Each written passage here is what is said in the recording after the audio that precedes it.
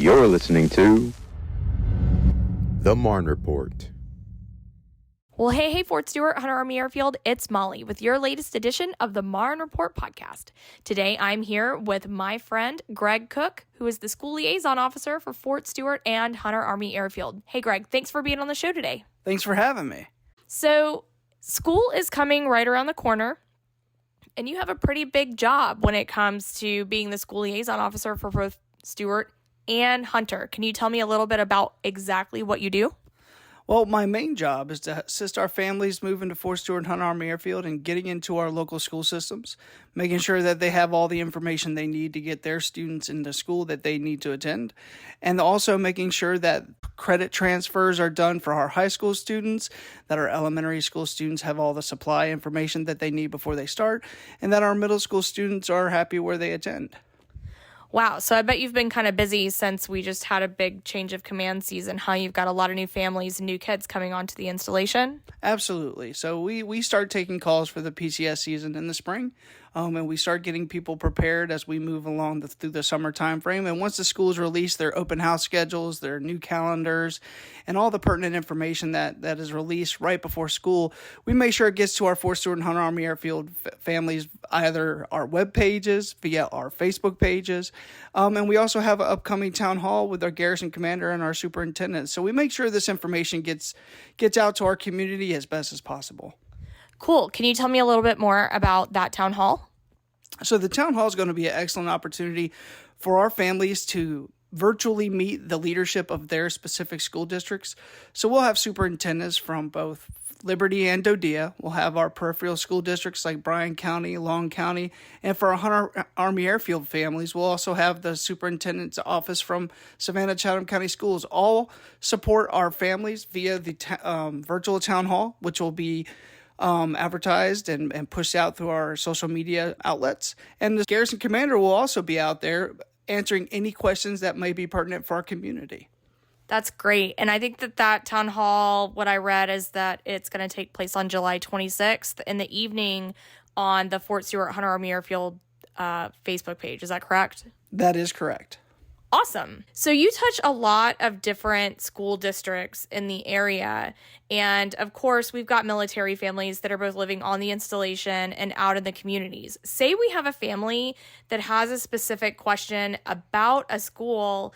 Maybe they've already reached out to the school for an answer. They can't really get what they're looking for. Should they come to you? How are you able to help our families? 100%. If there's any issues that you may be still questioning or that you just need some answers and you feel more comfortable contacting somebody from the installation, call my office, contact me anytime. My phone number is 912-767-6533, and I'll assist you and your family any way I can to solve the problem at the school, or even if it's just giving basic information. We have contacts in all of our school districts. Our school districts are our partners.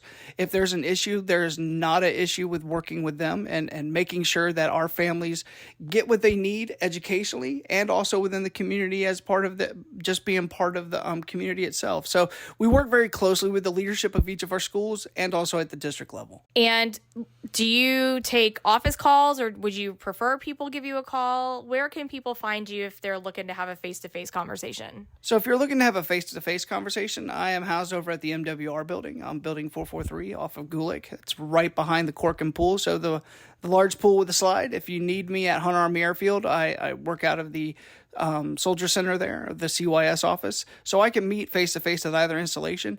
Or if you just want to give me a call, drop an email, or hit me up on Facebook, we can definitely assist any way possibly can at any time. That's great. And like you said, too, I mean, it's not just our county schools that you work with. It's with the Dodea schools on Fort Stewart as well. Is there anything special that those families need to know in particular about those schools on post on Fort Stewart? The biggest question I get from our families moving to Fort Stewart in reference to the Dodea schools is, can I attend the schools on post? And the answer is you must live on installation, within installation housing, in order to attend the three Dodea elementary schools. The schools go from pre-K up to sixth grade. All of our sixth grade students living on installation attend Kessler Elementary. So in order to attend those schools, you must live on installation. So there's no wiggle room as of right now, and that is a DODEA policy. But anything that you may have as a question or need information as a family for our DODEA schools, they're great partners, and they are our community school here on Fort Stewart. Okay, so my next question is this. We have, of course, our military families on post, but we have a very large community of Department of Defense civilians that, all have children as well. Can you help those families, or are you strictly for the military families? So our community definitely outreaches to those living on installation, those working on installation. Now, there are some support functions that aren't covered under the Interstate Compact for Military Child Education, but if there's information that is needed, if there's a new family coming in, we could still provide that information at my office and make sure that they get the most information that is needed for their move to Fort Stewart-Hunter Army Airfield. This has been some great information, Greg. Thank you so much. Is there anything else that you would like to add before we close out? It's looking to be an exciting school year. There are some school changes coming up specifically for our school start times for Liberty County schools. Please pay attention to our social media. We're pushing out all of the back-to-school information for each of our districts on the Facebook pages and sharing those with our installation services. We're also making sure that our families have all the information they need for CYS programs coming up for the upcoming school year. So definitely check out the MWR website as well as the MWR Facebook page and CYS Facebook page for great information for your students, not only in school, but also what they do outside in the community. Excellent. Well, thank you so much, Greg. We always enjoy having you here on the Marne Report Podcast. And that would be it for this week's edition, y'all. This is Molly, signing off. If you have an idea on how to make Fort Stewart-Hunter Army Airfield better, the Marne Innovation Team wants to hear it.